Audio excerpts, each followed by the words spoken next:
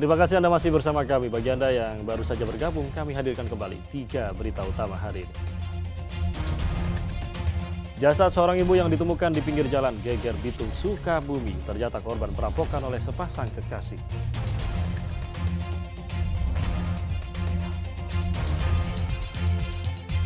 Sesosok mayat pria tanpa alat kelamin ditemukan tersangkut di aliran Sungai Ciliwung, Kabupaten Bogor.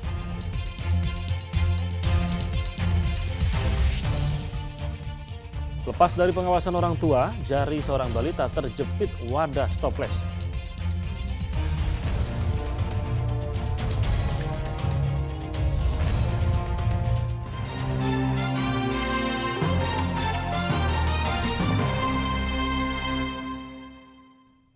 Ya, mayat pria dengan kondisi tanpa alat kelamin terpotong dan mulut tersumpal ditemukan tersangkut di aliran Sungai Ciliwung di Kabupaten Bogor.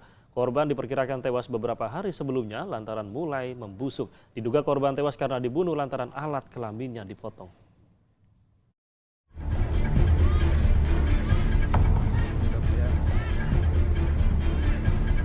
Mayat berjenis kelamin pria ditemukan warga tersangkut di aliran Sungai Ciliwung di perumahan Bumi Pertiwi, Desa Cilebut Timur, Kecamatan Sukaraja, Kabupaten Bogor, Rabu sore. Diduga korban sudah meninggal beberapa hari sebelumnya karena kondisi jasad mulai membusuk dan menebar bau menyengat. Mayat pertama kali ditemukan warga yang melintas lalu melapor ke polisi. Pas saya nyebrang sendiri di situ benar ada mayat Pak, udah gosong, udah pada ada luka berdarah, terus sama kelaminnya udah nggak ada gitu, udah hilang. Laki-laki perempuan tuh? Laki-laki Pak. Terus ada sendiri lapor ke siapa? Hah? Habis ini lapor ke siapa? Lapor kemana aja? Ke polisi tadi Bapak. Iya. Polisi yang melakukan proses identifikasi tidak menemukan identitas pada tubuh korban. Diduga kuat korban tewas karena dibunuh lantaran alat kelamin korban ditemukan dalam kondisi terpotong senjata tajam dan mulut tersumpal. Apa itu korban membunuh karena tidak ada kelamin Pak? Untuk khusus itu lebih ke ranah kepolisian Pak, karena kita juga saat lihat kondisi jenazah memang kondisinya memang sudah sebagian sudah ada, tidak ada. Itu untuk penyelidikan lanjutan, jasad dibawa ke Rumah Sakit Kramat Jati untuk diautopsi. Asep Solihin melaporkan dari Kabupaten Bogor. Iya, sesosok mayat laki-laki ditemukan meninggal dunia di sebuah gubuk di Cibadak, Kabupaten Sukabumi. Korban bukan warga sekitar karena tak ada seorang pun yang mengenalnya.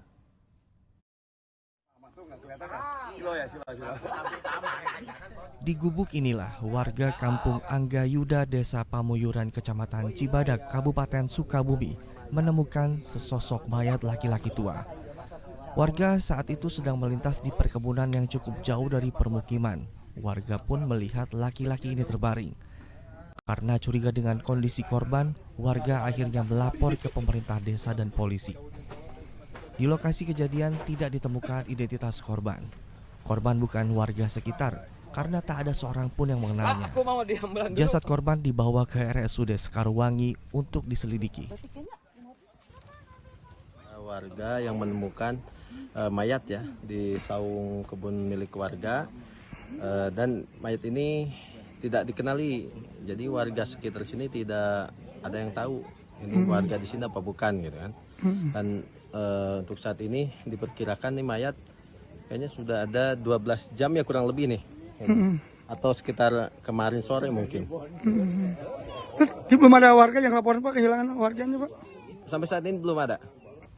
Ciri-ciri mayat yang ditemukan warga memakai jaket hitam, kemeja kotak abu-abu, celana jeans hitam, berambut ikal serta memiliki tinggi sekitar 155 cm. Polisi mengimbau bagi warga yang merasa kehilangan anggota keluarga segera mendatangi RSUD Sekarwangi. Asep Didi melaporkan dari Kabupaten Sukabumi. Iya, Dinas Sosial Kabupaten Garut memastikan pelaku dan korban kasus mutilasi di Kecamatan Cibalong merupakan orang dengan gangguan jiwa atau ODGJ. Pelaku mutilasi diketahui sebelumnya pernah menjalani perawatan.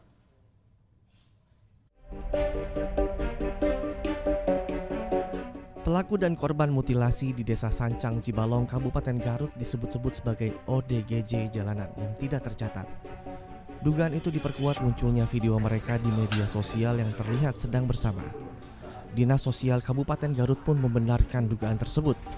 Dinsos mendeteksi keluarga pelaku pernah membawa yang bersangkutan ke medis setempat untuk mendapat obat agar penyakitnya tidak kambuh. Dinas Sosial berpendapat langkah yang harus dilakukan oleh pihak terkait yaitu membawa yang bersangkutan ke tim ahli kejiwaan di Bandung karena di Garut belum tersedia layanan tersebut. Kalau berita dari Kesmas Cibalong, pelaku adalah ODGJ, korban juga ODGJ, termasuknya ODGJ jalanan. Sedikit berita katanya tidak minum obat, berarti si pelaku adalah sudah terdeteksi dan sudah mengalami perawatan atau minum obat dari medis. Itu kalau memang sudah terdeteksi berarti kambuhan. Kambuhan tidak minum obat, kambuhnya akan lebih dari pertama dia menjadi ODGJ.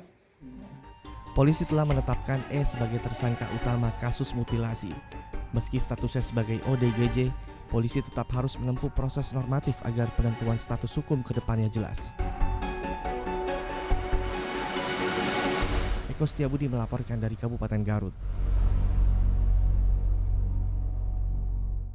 Ya, peredaran narkoba dengan modus menempelkan narkoba pada tempat yang sudah disepakati atau bertemu langsung dengan pembeli diungkap jajaran Polres Sukabumi. Polisi menyita narkoba jenis sabu-sabu senilai hampir mencapai setengah miliar rupiah dari belasan tersangka.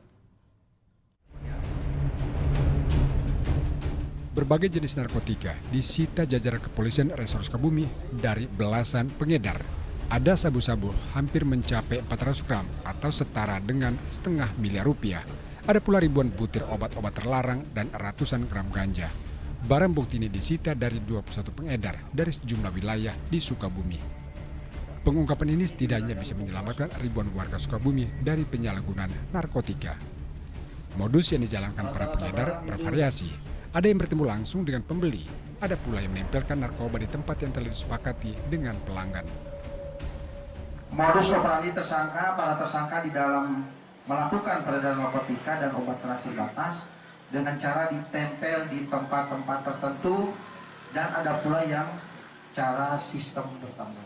Itu yang perlu diketahui oleh rekan-rekan semuanya. Mohon izin. Mereka target marketnya siapa? Dari golongan anak muda atau siapa? Itu bervariasi. Para tersangka pengedar narkotika dijerat dengan Undang-Undang RI Nomor 35 Tahun 2009 tentang narkotika dengan hukuman minimal 4 tahun maksimal seumur hidup. Sedangkan pengedar obat keras terbatas dijerat Undang-Undang tentang Kesehatan dengan ancaman hukuman penjara paling lama 12 tahun. Asep Didi melaporkan dari Kabupaten Sukabumi.